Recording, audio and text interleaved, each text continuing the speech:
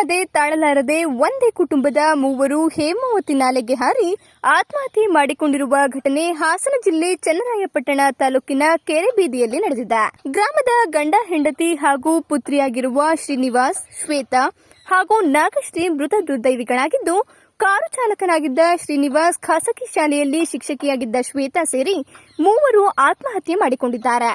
ಸಾಕಷ್ಟು ಸಾಲ ಮಾಡಿಕೊಂಡಿದ್ದ ಶ್ರೀನಿವಾಸ್ ಕಳೆದ ಮಂಗಳವಾರ ಮೂವರು ಕಾಣೆಯಾಗಿದ್ದರು. ಎಲ್ಲೆಡೆ ಹುಡುಕಾಟ ನಡೆಸಿದ್ದ ಕುಟುಂಬಸ್ಥರು ಬಳಿಕ ನಂತರ ಚನ್ನರಾಯಪಟ್ಟಣ ನಗರ ಪೊಲೀಸ್ ಠಾಣೆಗೆ ದೂರು ನೀಡಿದ್ರು.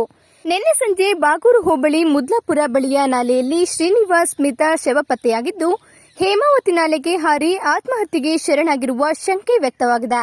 ಬಳಿಕ ಅಗ್ನಿಶಾಮಕ ದಳದ ಸಿಬ್ಬಂದಿ ಹಾಗೂ ಪೊಲೀಸರು ಶವವನ್ನು ಹೊರತೆಗೆದಿದ್ದು, ಬಾಲಕಿ ನಾಗಶ್ರೀ ಮೃತದೇಹಕ್ಕಾಗಿ ಶೋಧ ಕಾರ್ಯ ನಡೆಸಿದ್ದಾರೆ.